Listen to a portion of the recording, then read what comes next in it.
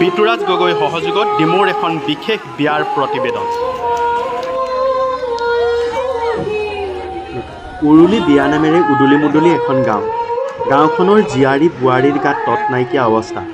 ঘৰ বাৰী এৰি তেওঁলোক ব্যস্ত হৈ পৰিছে এখন ৰাজহুৱা বিয়াক লৈ।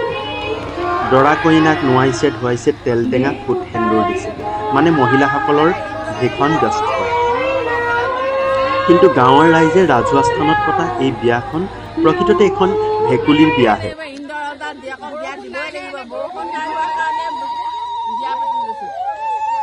সমগ্ৰ ৰাজ্যৰ লগত ডিমৌ বিধানসভা সমষ্টিৰ ডিমৌ ৰাজস্বকৰ অন্তৰ্গত প্ৰায়বিলাক কৃষকৰ পথাৰ বৰষুণৰ অভাৱত শিয়ালফাট দিছে। খৰাঙে যেন গ্ৰাস কৰিছে কৃষকৰ কৃষিৰ কৰ্ম। সোণগুটি ৰোপণ কৰাৰ সময়ত খৰাঙৰ পৰা উদ্ধাৰ বিচাৰি এজাক বৰষুণৰ আশাত পূৰ্বৰ পৰম্পৰা অনুসৰি ডিমৌ সমীপৰ গোধাবিল গমিৰি গাঁৱৰ ৰাইজে এনেদৰেই পাতিছে এখন ভেকুলী বিয়া।